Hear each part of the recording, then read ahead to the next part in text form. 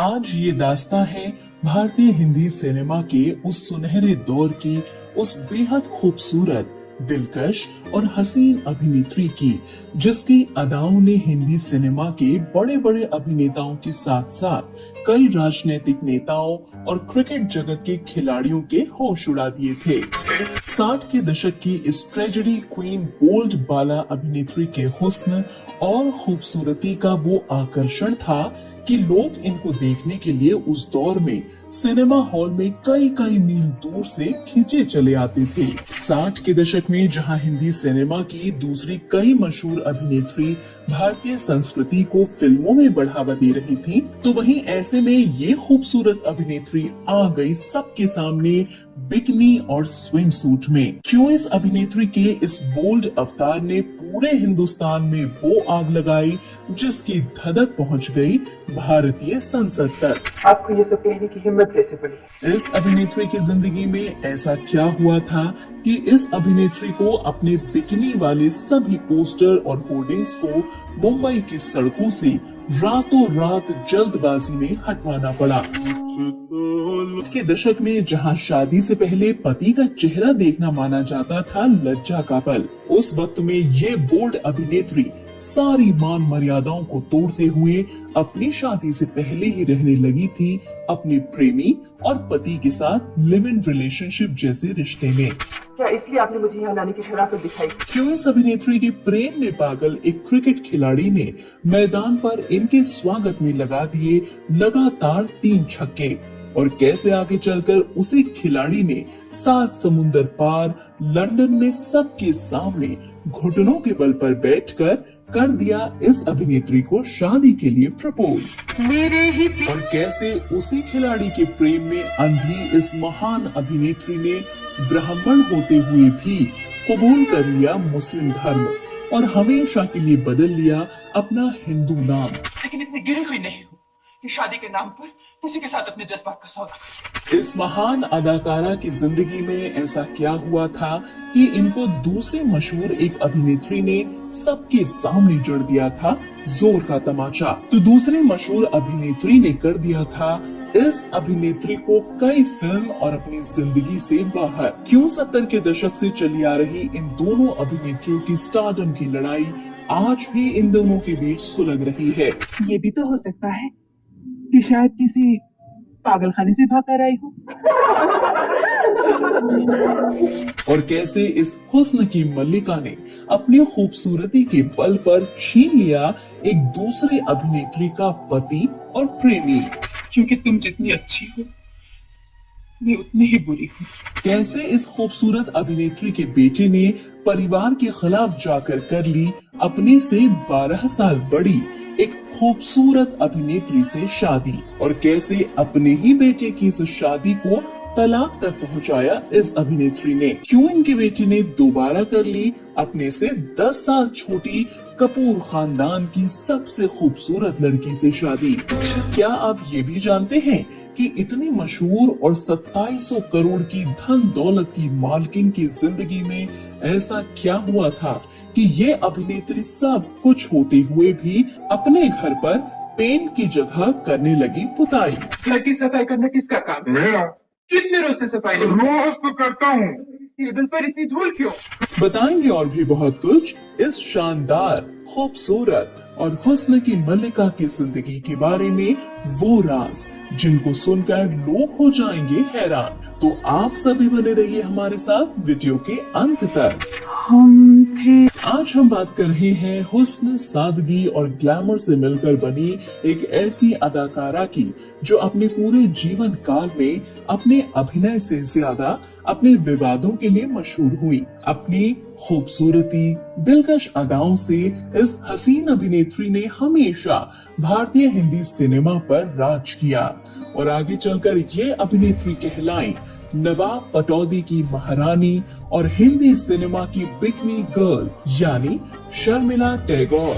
अभिनेत्री शर्मिला टैगोर खूबसूरती और हुस्न का बेजोड़ मेल है। शर्मिला जितने काबिल अभिनेत्री रही हैं, उतनी ही बिंदास भी थी उन्होंने हिंदी सिनेमा के पर्दे पर अभिनेत्रियों की रूढ़िवादी छवि को भी अपने ग्लैमर से तोड़ा, तो वहीं सादगी की मूरत बनकर दिल धड़काए। शर्मिला टैगोर भारतीय हिंदी सिनेमा की एक ऐसी अभिनेत्री हैं जिन्होंने अपने अभिनय से कई पीढ़ियों को प्रभावित किया है। खूबसूरती और हुस्न का बेजोड़ मेल शर्मिला ने फिल्मों के साथ साथ कई अवार्ड विनिंग किरदार भी निभाए। बॉलीवुड में उनकी शुरुआत से लेकर टैगोर परिवार से उनके रिश्ते, बॉलीवुड में उनके विवाद, साथी हीरोइनों से cat fight, cricketer Mansoor Ali Khan Pataudi से शादी के लिए इस्लाम कबूल करना, सैफ अली खान और सोहा अली खान को पालना, बेटे का खुद से सालों बड़ी लड़की से शादी कराना और फिर तलाक, और अब तैमूर की दादी की कंट्रोवर्सी को कैसे हैंडल किया, ये सब कुछ आज के इस वीडियो में हम बताएंगे। तो चलिए शुरुआत करते हैं शर्मिला के शुरुआती जीवन और उनके फिल्मी सफर से। शर्मिला टैगोर का जन्म 8 दिसंबर 1944 को हैदराबाद में एक हिंदू बंगाली परिवार में हुआ। उनके पिता गीतेंद्र नाथ टैगोर तत्कालीन एल्गिन मिल्स के ब्रिटिश इंडिया कंपनी के मालिक थे।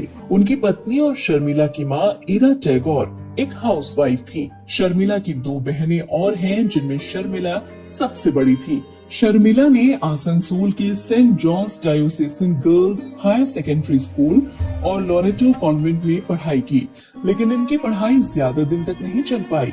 मात्र 13 साल की उम्र में ही इनको स्कूल छोड़ना पड़ा, क्योंकि शर्मिला ने छोटी उम्र में ही बंगाली फिल्मों में काम करना शुरू कर दिया था, जिसकी वजह से स्कूल में इनकी उपस्थिति और प्रदर्शन में गिरावट आ गई, जिससे टीचर्स को लगा कि इनका गलत प्रभाव दूसरे बच्चों पर भी पड़ेगा। इसीलिए स्कूल वालों ने शर्मिला से फिल्म्स और पढ़ाई में से किसी एक को चुनने को कहा।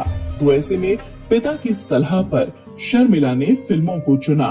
शर्मिला ने अपने करियर की शुरुआत महज 13 साल की उम्र में ही सत्यजीत रॉय की फिल्म अपूर्व संसार से की थी। इस फिल्म में उनका किरदार एक अभागी विधवा का था। इतनी छोटी सी उम्र में एक विधवा के अभिनय को निभाना अपने आप में किसी युद्ध के लड़ने के जैसा था, लेकिन शर्मिला ने अपनी उम्र से बढ़कर इस किरदार को निभाया। इनके जबरदस्त अभिनय को देखकर हर कोई हैरान रह गया। इस फिल्म में निभाए अभिनय की वजह से ये बंगाली सिनेमा में मशहूर हो गयी। सत्यजीत राय सहित उनको कई निर्देशकों ने उन्हें अपनी फिल्मों में अभिनय करने का मौका दिया। हिंदी फिल्मों में आने से पहले शर्मिला देवी बंगाली फिल्मों में काम कर चुकी थी। उनका बंगाली सिनेमा से निकलकर हिंदी में पैर जमाना बाकी था, और उनका ये इंतजार साल 1964 में खत्म हुआ, जब शक्ति सामंत ने उनको अपनी फिल्म कश्मीर की कली के लिए साइन किया।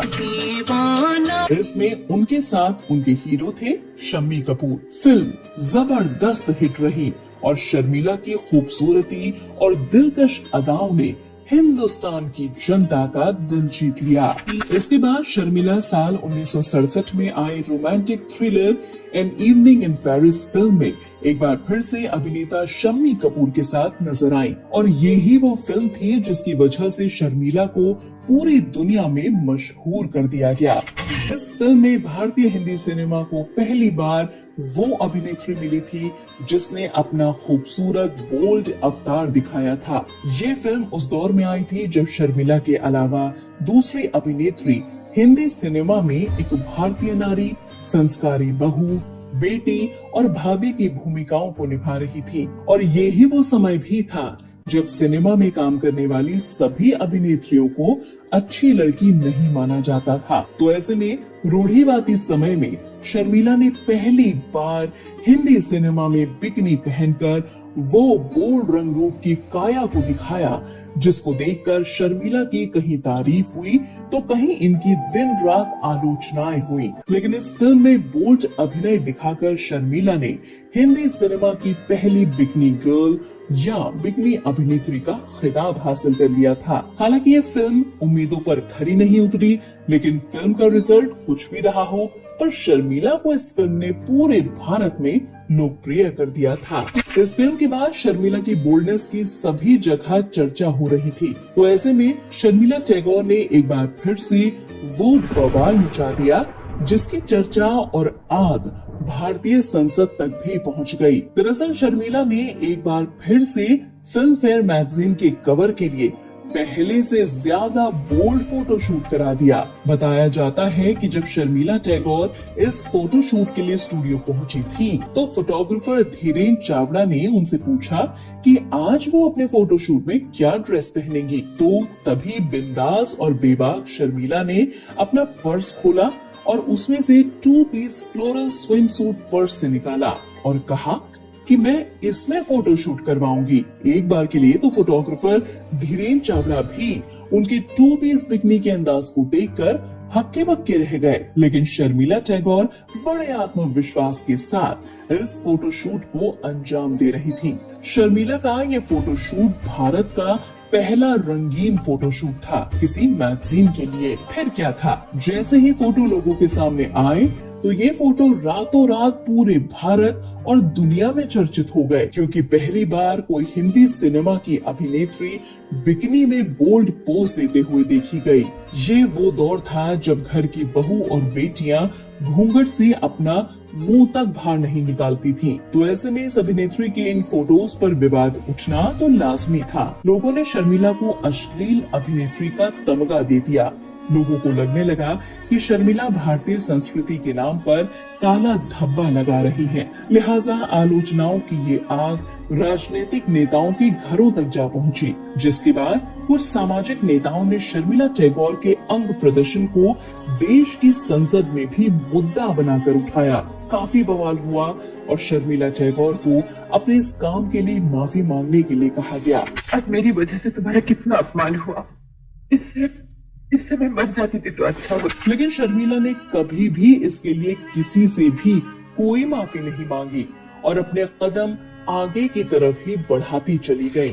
अब तो मेरी दुनिया ही अलग है, जिसमें न लोगों का डर है न लोक लाज की परवाह। शर्मिला टैगोर जितनी बिंदास रही उतनी ही हिंदी सिनेमा की काबिल अभिनेत्री भी साबित हुई। शर्मिला ने हिंदी सिनेमा के पर्दे पर अभिनेत्रियों की रूढ़िवादी छवि को भी अपने ग्लैमर से तोड़ा। तो वहीं शर्मिला की शानदार अदाकारी और दर्शकों की मांग ने जल्दी ही उन्हें एक महान अभिनेत्री के रूप में भारतीय हिंदी सिनेमा में स्थापित कर दिया था। साल 1966 शर्मिला के करियर में मील का पत्थर साबित हुआ। इस साल शर्मिला की 5 फिल्में अनुपमा, देवर, सावन की घटा, ये रात फिर न आएगी रिलीज हुई। 5 फिल्में उनकी बेहतरीन अभिनय के लिए सराही गईं। शर्मिला ने एक के बाद एक कई सारी हिट फिल्में की और अपना नाम बॉलीवुड की सफल और सादगी की मूरत वाली अभिनेत्रियों में दर्ज करवा लिया। शर्मिला टैगोर ने उस दौर में हिंदी सिनेमा के सभी बड़े सुपरस्टार्स एक्टर के साथ काम किया। शर्मिला की खूबसूरती और अदाओं का जादू ऐसा था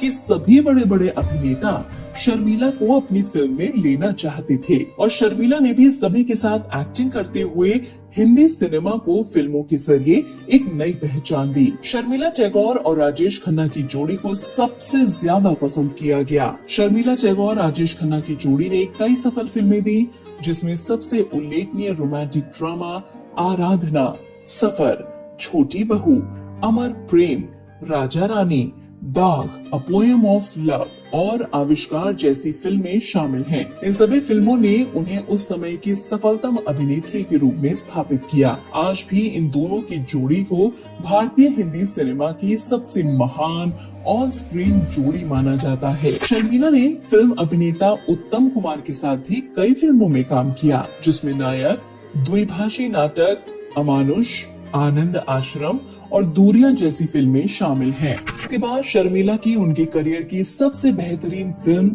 मौसम आई, जिसमें ये संजीव कुमार के साथ काम कर रही थी। गुलजार की इस संगीत रोमांस से भरपूर फिल्म के लिए शर्मिला को सर्वश्रेष्ठ अभिनेत्री का राष्ट्रीय फिल्म पुरस्कार भी मिला था। इसके बाद शर्मिला ने धर्मेंद्र के साथ देवर, अनुपमा, मेरे हमदम मेरे दोस्त, सत्यकाम, यकीन, चुपके चुपके, एक महल हो सपनों का में शानदार और जबरदस्त काम किया। अब ये नजर आए इस सदी के महानायक अमिताभ बच्चन के साथ, जिनके साथ शर्मिला ने चुपके चुपके, फरार और बेशरम जैसी फिल्मों में अभिनय किया। ये नजर आए अभिनेता शशि कपूर के साथ आ गले लग जा और पाप और पुण्य जैसी बेहतरीन फिल्मों में। शर्मिला टैगोर को आज भी हिंदी फिल्मों में वक्त, अनुपमा, देवर, आमने सामने, मेरे हमदम मेरे दोस्त, मौसम, सत्यकाम, चुपके चुपके जैसी हिंदी फिल्मों के साथ बंगाली फिल्मों के लिए भी याद किया जाता है। तो दोस्तों, ये तो रहा शर्मिला टैगोर का फिल्मी सफर। अब बात करते हैं शर्मिला टैगोर के निजी जीवन और विवादों की, जिसकी वजह से शर्मिला आज तक चर्चाओं में रहती हैं। ये तो हम सभी जानते हैं कि शर्मिला नवाब पटौदी की बेगम थी, लेकिन ये उस वक्त खानदान की बेगम कैसे बनी और उसके लिए उन्होंने क्या कीमत चुकाई? क्यों शर्मिला पर हिंदी सिनेमा की दूसरी अभिनेत्री के पति और प्रेमी को भी छीनने का इल्जाम लगा था? शर्मिला जब हिंदी सिनेमा की फिल्मों में काम कर रही थी, इनकी जिंदगी में आए भारतीय क्रिकेटर और भोपाल के नवाब मंसूर अली खान पटौदी। शर्मिला से मिलने से पहले नवाब मंसूर पहले से ही हिंदी सिनेमा की दूसरी अभिनेत्री के साथ रिश्ते में थे। मीडिया रिपोर्ट्स की माने तो नवाब मंसूर अली खान पटौदी अभिनेत्री सिमी ग्रेवाल के साथ प्यार के रिश्ते में थे। दोनों का अफेयर चरम पर था। एक तरफ नवाब मंसूर का क्रिकेट करियर अपने उफान पर था, तो दूसरी तरफ वे सिमी ग्रेवाल के साथ एक मजबूत रिश्ते की ओर बढ़ रहे थे। दोनों के अफेयर के चर्चे सिर्फ बॉलीवुड में ही नहीं, क्रिकेट जगत में भी हो रहे थे। सिमी और मंसूर अक्सर पब्लिक इवेंट्स में तो कभी साथ में घूमते तो कभी साथ में पार्टी करते हुए मिल जाते थे। रिपोर्ट्स की माने तो नवाब मंसूर सिमी को लेकर सीरियस थे और शादी भी करना चाहते थे। यहाँ तक कि वो अपने परिवार से सिमी को मिलाने की तैयारी कर रहे थे। लेकिन इनकी कहानी ने तब नया मोड़ ले लिया जब मंसूर अली खान की मुलाकात शर्मिला टैगोर से हुई। शर्मिला टैगोर और मंसूर अली खान एक पार्टी के दौरान एक दूसरे से मिले थे। खबरों के अनुसार दोनों की मुलाकात इनके दोस्तों ने कराई थी। नवाब साहब एक अफेयर में होते हुए भी शर्मिला की खूबसूरती और दिलकश अदाओं के सामने अपना दिल हार बैठे। शर्मिला को भी नवाब साहब भा गए। पहली ही नजर में दोनों ने एक दूसरे को पसंद कर लिया था। शर्मिला के जीवन में आने के बाद नवाब पटौदी ने सिमी ग्रेवाल के साथ धोखा किया और अपना रिश्ता खत्म करने का फैसला किया और एक दिन में उनके घर पहुंच गए, जहां बिना समय गवाए उन्होंने सिमी से कहा कि अब वो इस रिश्ते को और आगे नहीं ले जा पाएंगे क्योंकि उन्हें कोई और मिल गया है। मंसूर की बातें सुनकर सिमी ने कुछ भी नहीं कहा, लेकिन उनके इस तरह से दूर जाने के फैसले ने सिमी को अंदर से पूरी तरह से तोड़ दिया था। धोखा है।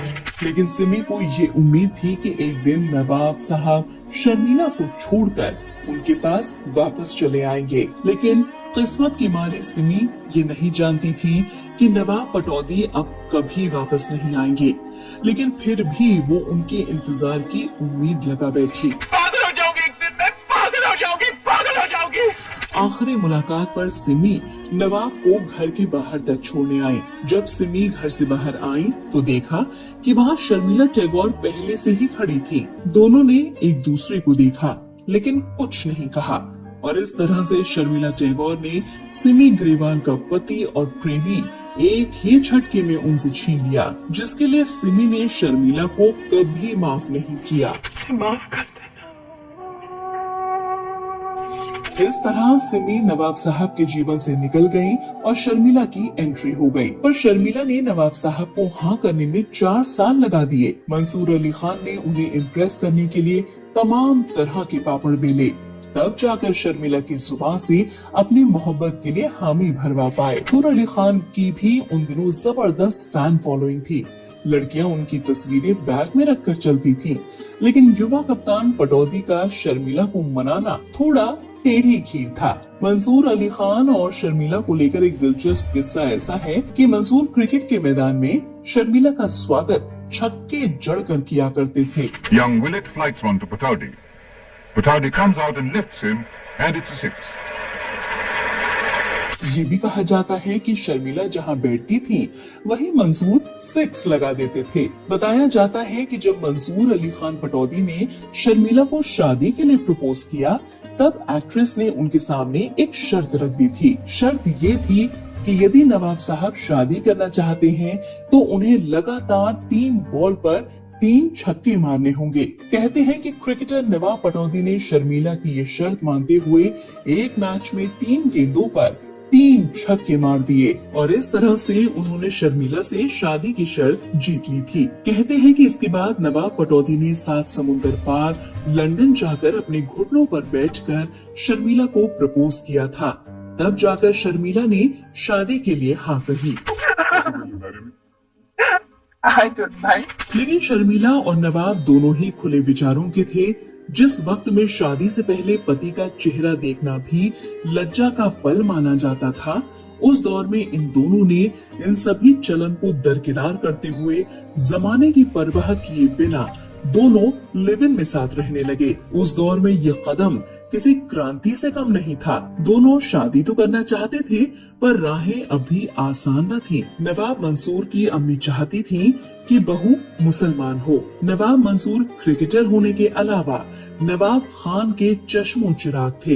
एक और शर्मिला तो दूसरी ओर मंसूर शादी के लिए तैयार थे, लेकिन इनका अलग धर्म इनके परिवार वालों को खटक रहा था। नवाब खानदान की बहू बनाने के लिए मंसूर की मां साजिदा सुल्तान ने शर्मिला टैगोर के सामने शर्त रखी कि अगर वे इस्लाम धर्म कबूल कर लेती हैं, तो उन्हें वो अपनी बहू बनाएंगी। ब्राह्मण परिवार में जन्मी शर्मिला ने वो फैसला लिया जो लेना आसान नहीं था। शर्मिला ने इस शादी के लिए अपना धर्म बदल लिया और शर्मिला से बन गई आयशा सुल्तान और तब जाकर उनका निकाह नवाब पटौदी से हो पाया। इसमें तत्कालीन राष्ट्रपति डॉक्टर जाकिर हुसैन और इंदिरा गांधी भी शामिल हुई थी।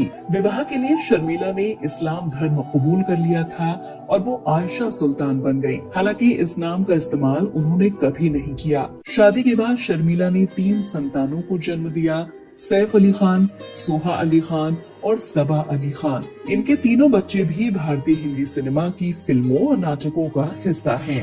अब आते हैं शर्मिला टैगोर से जुड़े अन्य विवादों पर। 70 के दशक में अगर किसी हिट जोड़ी की बात की जाती है तो वो है राजेश खन्ना और शर्मिला टैगोर। इन दोनों की जोड़ी ऑन स्क्रीन पर इतनी अच्छी लगती थी कि लोग उन्हें रियल लाइफ कपल समझने लगे थे। ये दोनों जब फिल्मी पर्दे पर आते तो बस लोगों की सांसें थम जाती थीं और इसी सब के बीच दोनों के प्रेम के किस्से भी फिजाओं में तैरने लगे। शर्मिला टैगोर भी इन कहानियों पर हमेशा खामोश रहीं। जब उनके जवाब में नवाब पटौदी आए तो उन्होंने इस किस्से को ही खत्म करने की ठानी। क्या आप जानते हैं कि एक समय ऐसा भी आया था जब शर्मिला असल में राजेश खन्ना के साथ काम करने से बचने लगी थी? इसका कारण क्या था ये लोग कयास ही लगाते रह गए। पर आगे जाकर शर्मिला ने हाल ही में ऑडिबल ऑडियो बुक की कॉन्वर्सेशन राजेश खन्ना एक तन्हा सितारा में बताया कि हमारी जोड़ी पर्दे पर सुपर हिट थी और लोग हमें साथ देखना चाहते थे, लेकिन एक चीज जो मुझ पर हमेशा असर डालती थी वो थी राजेश खन्ना की लेट लतीफी। 9 बजे की शिफ्ट पर वो हमेशा 12 बजे आते थे और मुझे ये बिल्कुल पसंद नहीं था। इसलिए हमारी सक्सेसफुल जोड़ी होने के बाद भी मैंने ये सोचा कि अन्य एक्टर्स के साथ काम करना सही है। पर ये बात उस दौर के मीडिया वाले अच्छी तरह से जानते थे कि शर्मिला ने राजेश से दूरी सिर्फ और सिर्फ पटौदी से बढ़ती नजदीकियों के कारण बनाई थी। अनबन की खबरें भी अक्सर आती रहती थी। उनका एक विवाद माला सिन्हा के साथ भी हुआ। दरअसल फिल्म हम साया में माला सिन्हा और शर्मिला टैगोर दोनों ही अहम रोल में थी। दोनों उस वक्त इंडस्ट्री की पॉपुलर एक्ट्रेस थी। उनके बीच में कंपटीशन देखने को मिलता था। खबरें थी कि दोनों के बीच में फिल्म दाग की शूटिंग के दौरान ही टेंशन शुरू हो गया था और हमसाया की शूटिंग के दौरान ये लड़ाई ज्यादा बढ़ गई थी। ऐसी खबरें थी कि एक सीन शूट के दौरान माला सिन्हा ने शर्मिला को जोरदार थप्पड़ मार दिया था, जिस वजह से जॉय मुखर्जी को फिल्म सीक्वेंस रैप करना पड़ा था। हालांकि इसकी पुष्टि न तो माला ने की न ही शर्मिला ने, पर उनके बीच की ये घटना उन दिनों काफी खबरों में रही। इसके बाद शर्मिला टैगोर की एक और कैट फाइट काफी चर्चाओं में रही। 70 के दशक से चली आ रही ये लड़ाई आज भी इन दोनों अभिनेत्रियों के बीच सुलग रही है और वो दूसरी अभिनेत्री है मशहूर टॉप एक्ट्रेस मुमताज। 70 और 80 के दौर में दोनों ही अभिनेत्रियों ने अपनी एक्टिंग और खूबसूरती का जादू चारों तरफ फैला रखा था, लेकिन बहुत कम लोग ये जानते होंगे कि उस दौर में इन दोनों के बीच काफी वक्त तक कैट फाइट चली थी। दरअसल मुमताज और शर्मिला टैगोर के बीच विवाद की वजह दोनों का स्टारडम माना जाता है, क्योंकि जब मुमताज ने अपनी पहचान बनाई थी तो शर्मिला टैगोर कई सुपरहिट फिल्में दे चुकी थी। ऐसे में कहा जाता था कि मुमताज एक्ट्रेस शर्मिला को अपना कॉम्पिटिटर मानने लगी है। सुनना पड़ेगा, मुझे उससे नफरत है। और दोनों अभिनेत्री आए दिन एक दूसरे के बारे में मीडिया में कुछ न कुछ गलत बयान देती रहती थी। दोनों अभिनेत्री की लड़ाई इस कदर बढ़ी कि आए दिन ये दोनों अभिनेत्री एक दूसरे को फिल्मों से निकलवाने की कोशिश करती और कामयाब भी हो जाती। सालों बाद मुमताज इस मामले पर खुलकर बात कर रही थी और उनका कहना था कि वो दोनों कभी दोस्त नहीं हो सकती, क्योंकि शर्मिला उनको कभी अपनी बराबरी का नहीं मान पाई। और आज 54 साल गुजर जाने के बाद भी इन दोनों अभिनेत्रियों की लड़ाई आज भी बरकरार है। ये भी तो हो सकता है कि शायद किसी पागलखाने से भाग कर आई हो।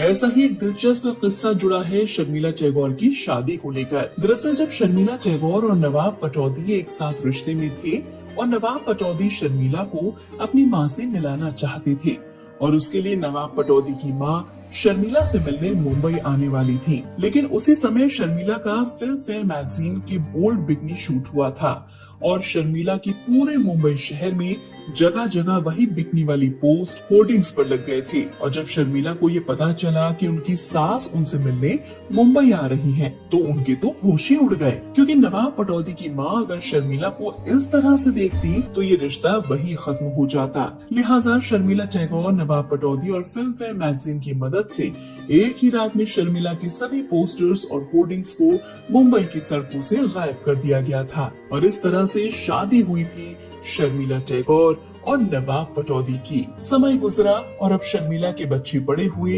इनके बेटे सैफ अली खान अपनी उम्र से 12 साल बड़ी फिल्म अभिनेत्री अमृता सिंह से परिवार वालों की मर्जी के खिलाफ जाकर उन्होंने शादी कर ली थी। आ गए हो, नूर आ गया। हालांकि शर्मिला टैगोर जो खुद धर्म बदलकर सालों शादी से पहले लिव इन रिलेशनशिप में रहने के बाद भी कभी भी अपनी बहू अमृता सिंह को स्वीकार नहीं कर पाई।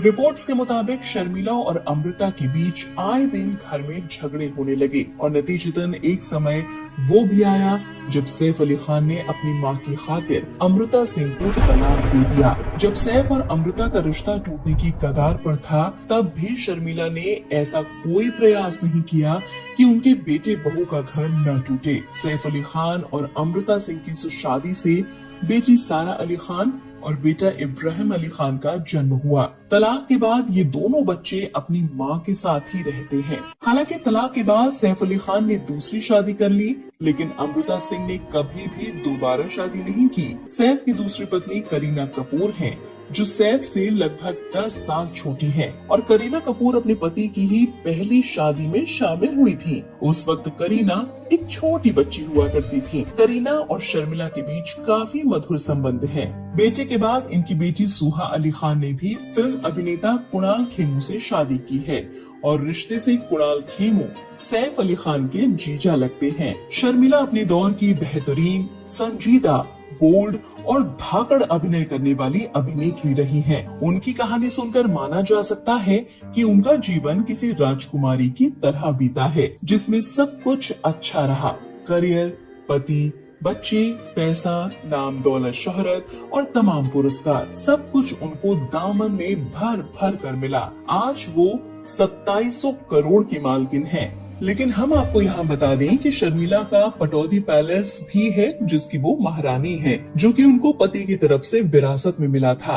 और यही पटौदी पैलेस काफी बड़े क्षेत्रफल में फैला है, जिसकी देखभाल और रंगाई और पेंट में काफी कीमत अदा करनी पड़ती है और शर्मिला आज उसी शानदार पैलेस के लिए बेहद कंजूसी करते हुए नजर आती हैं। वो इस पैलेस में पेंट की जगह पुताई कराती हैं। हालांकि फिजूल खर्ची ना हो वो इसीलिए ऐसा कराती हैं। अब शर्मिला टैगोर 80 साल की हो चली हैं और आज भी वो बड़ी जिंदा दिली के साथ अपने जीवन को जी रही हैं। आज भी शर्मिला ही पूरे परिवार को एक माला में बांधकर चल रही है। टीवी शोज में गुफ्तगू करते हुए भी नजर आती है। तो दोस्तों, ये थी महान और टॉप अभिनेत्री शर्मिला टैगोर की जिंदगी की पूरी कहानी। शर्मिला टैगोर को लेकर आप सभी क्या सोचते हैं? शर्मिला टैगोर को लेकर अगर किसी के भी पास कोई भी जानकारी या किस्सा हो तो हमारे सभी दर्शकों के साथ जरूर शेयर करें। आपको क्या लगता है कि शर्मिला टैगोर ने समाज की महिलाओं को कितना बदला या उनकी बिकनी में आने की मर्जी सही थी या गलत? हमें कमेंट करके जरूर बताएं।